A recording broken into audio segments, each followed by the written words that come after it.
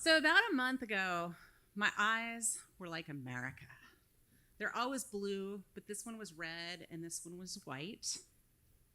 And more than that, I was going through this form of double vision where I could look at one image and the right and the left would interpret it in completely incompatibly different ways. So no matter how hard my brain worked to reconcile the messages coming in, it was impossible to get them to agree on a coherent vision. And trying to make sense of this scattered things coming in left me dizzy, nauseous, confused.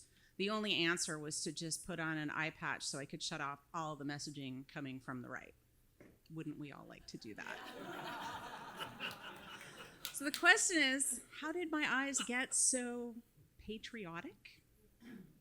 Well, to find out the answer to that question, we have to jump back to towards the end of May when I sat in my retina doctor's exam room expecting to have the same pattern from the other exams, follow-up exams I'd been having with him, where he looked deeply in my eyes, asked me questions about myself, and then said, "Everything looks great," and I would go on my merry way.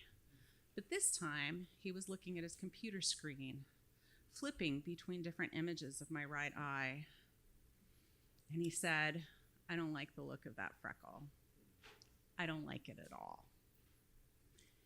And then he turned to me and he said, "The freckle in your right eye has grown.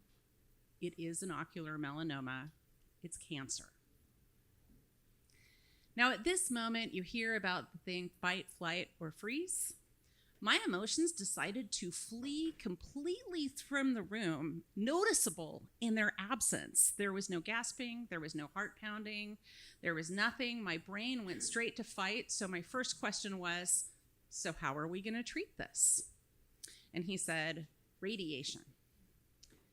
And then he started telling me all the things he thought I needed to know about oncologists and treatments and second opinions and follow-ups.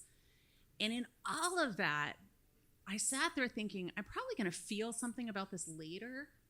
And then he said the words survival rate, and my stomach clenched. So I realized I was actually capable of feeling something in the middle of this. But in all of those words he told me a few things that were important, like we caught this really early, and that the tumor was far enough from my optic nerve that I was likely to come out of treatment with all of my vision intact and still having my eyeball, which is really quite cool.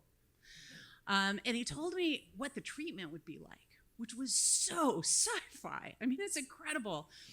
He told me that they were going to do a CAT scan of my eye to build a digital model and then custom 3D print this metal plaque that would hold radiation. They would attach that plaque to my eye where it would stay for a week, delivering radiation only the tumor and nowhere else. And then at the end of that week, they would do a second surgery to remove it from my eye. And when he told me this, I said, "What? That's it?" And he looked at me like I was just not getting any of this, which he was probably correct. But in my mind, I couldn't help thinking of all of the friends and family I knew who'd been through months, if not years, of cancer treatments that seemed like the treatment was going to kill them if the cancer didn't. And compared to that, 1 week of having a thing in my eye and being done, it wasn't something I was excited about, but it really just didn't sound all that bad as far as cancer treatments go. So when I left that appointment with this knowledge in hand, my brain kind of got a form of the double vision that I would experience after surgery. So one set of thoughts was, holy crap, I have cancer. Am I going to die? Am I going to die? Am I going to die? Am I going to die? And my brain, it didn't even need to be on the conscious part to realize that everyday life wasn't going to work very well if that was the predominant train of thoughts. So my brain kind of put a nice eye patch over those thoughts.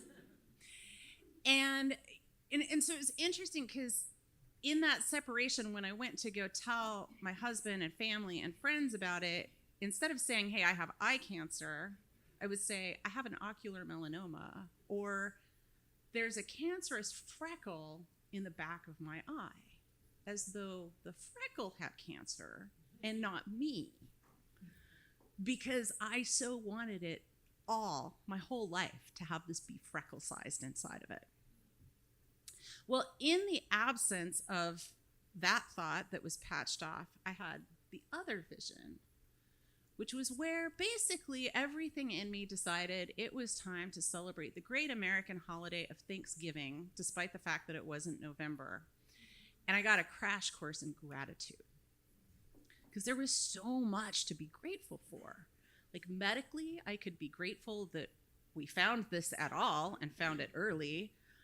Grateful for the retinal detachment that had me sitting in that doctor's chair getting follow-ups so that we could find this. Never thought I'd be thankful for that one.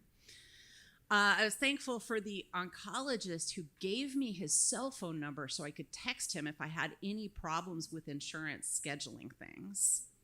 I was grateful that that meant I was able to get a PET scan that told me that, yes, the cancer really was confined to my eye. So I could go ahead and try to just ignore it until surgery. But there were other things to be grateful for.